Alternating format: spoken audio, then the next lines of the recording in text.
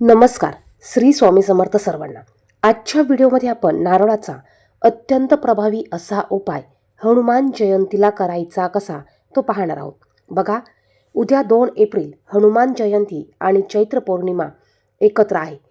योगायोगाने यावर्षी चैत्र पौर्णिमा आणि हनुमान जयंती ही गुरुवारी आलेली आहे. गुरुवार स्वामींचा वार आहे.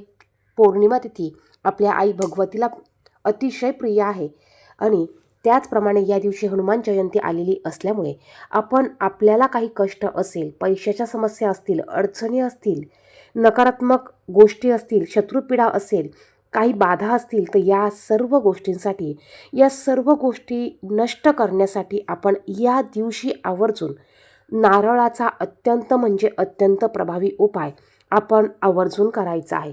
एक वेळेस उपवास नाही केला तरी चालेल, परंतु हा अत्यंत प्रभावी उपाय तुम्ही तुमच्या स्वतःसाठी करू शकतात. बघा, या दिवशी आपल्याला सकाळी लवकर उठायचं आहे. या दिवशी हनुमान जन्मोत्सव हा सकाळी सूर्योदयानंतर साजरा केला जातो. आपण या दिवशी अवश्य आपल्या घराच्या जवळ असलेल्या हनुमानजींच्या मंदिरात जाऊन आपल्याला त्यांच्या आवडीच्या प्रिय वस्तू त्यांना अर्पण करायचं आहे. जसं की मोहरीचं तेल, चमेलीचं तेल, रुईच्या पानांची माळ, सेंदूर, ह्या गोष्टी त्यांना अतिशय प्रिय आहे.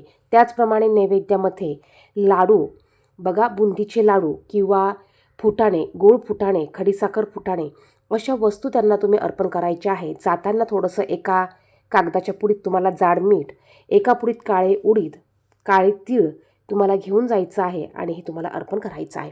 त्याचप्रमाणे बघा, आता हा उपाय कोण करू शकतो? हा उपाय प्रत्येकजण प्रत्येकासाठी करू शकतो. ज्याला उपाय करायचा आहे त्याने स्वतःसाठी हा उपाय करायचा आहे. थोडक्यात काय, तर आपल्याला हा उपाय दुसऱ्यासाठी करता येणार नाही. आपण स्वतः आपल्यासाठी हा उपाय करायचा आहे. यासाठी तुम्हाला एक पाण्याने भरलेला नारळ घेऊन यायचा आहे. नारळ आणल्यानंतर आपल्याला तो आपल्यावरून 7 वेळा उतरवून घ्यायचा आहे. बघा, क्लॉकवाईज आपल्याला वरून पायापर्यंत जसं शक्य होईल गोलाकारात फिरवणं तसं आपल्याला 7 वेळा फिरवून घ्यायचं आहे. हे करत असताना ओम हनुमंताय नमः, ओम हनुमंताय नमः, ओम हनुमंताय नमः हा मंत्र म्हणायचा आहे आणि मनात आपली भावना ठेवायची आहे. तुमचा जो पण काही प्रश्न असेल, जी पण काही अडचण असेल, ती दूर होत आहे, तो प्रश्न दूर होत आहे, ती समस्या दूर होत आहे, अशी भावना ठेवून आपल्याला 7 वेळा हा नारळ उतरवून घ्यायचा आहे. आणि उतरवल्यानंतर लगेच आपल्याजवळ असलेल्या हनुमानजींच्या मंदिरात जाऊन तो त्यांच्या चरणाशी अर्पण करायचा आहे. बघा, हा उपाय ज्यावेळेस तुम्ही मंदिरात जाणार असाल त्याच्या अगोदर घरात करायचा आहे. नारळ उतरवून घरात ठेवायचा नाही. उपाय तुम्हाला ज्यावेळेस तुम्ही मंदिरात जाताल त्याच्या अगोदर घरात करायचा आहे आणि लगेच तुम्हाला मंदिरात जायचं आहे. तिथं गेल्यानंतर हा नारळ हनुमानजींना अर्पण करा. तुमच्या काही समस्या अडचणी असतील त्या सांगा. त्यानंतर ओम ह्रीं हनुमंताय नमः हा मंत्र म्हणा.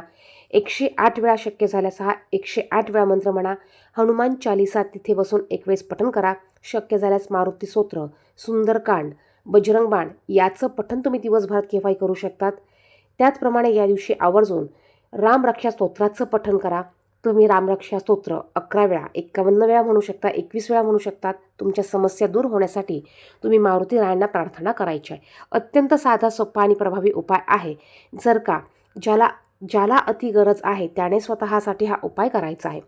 आता घरात अधिक व्यक्ती असतील, जर का अधिक व्यक्तींना हा उपाय करायचा असेल तर प्रत्येकाला स्वतःसाठी एक नारळ घ्यावा लागणार आहे. परंतु अत्यंत साधा सोपा उपाय आहे. यामुळे आपली प्रगती होणार आहे, आपल्या अडचणी नष्ट होणार आहे, आपल्या मागे लागलेली इडापिडा देखील यामुळे नष्ट होणार आहे. व्हिडिओ आवडला तर व्हिडिओला नक्कीच लाईक करा, शेअर करा. कमेंट बॉक्समध्ये ओम ह्रीं हनुमंताय नमः, जय राम श्रीराम जय जय राम नक्की लिहा. धन्यवाद.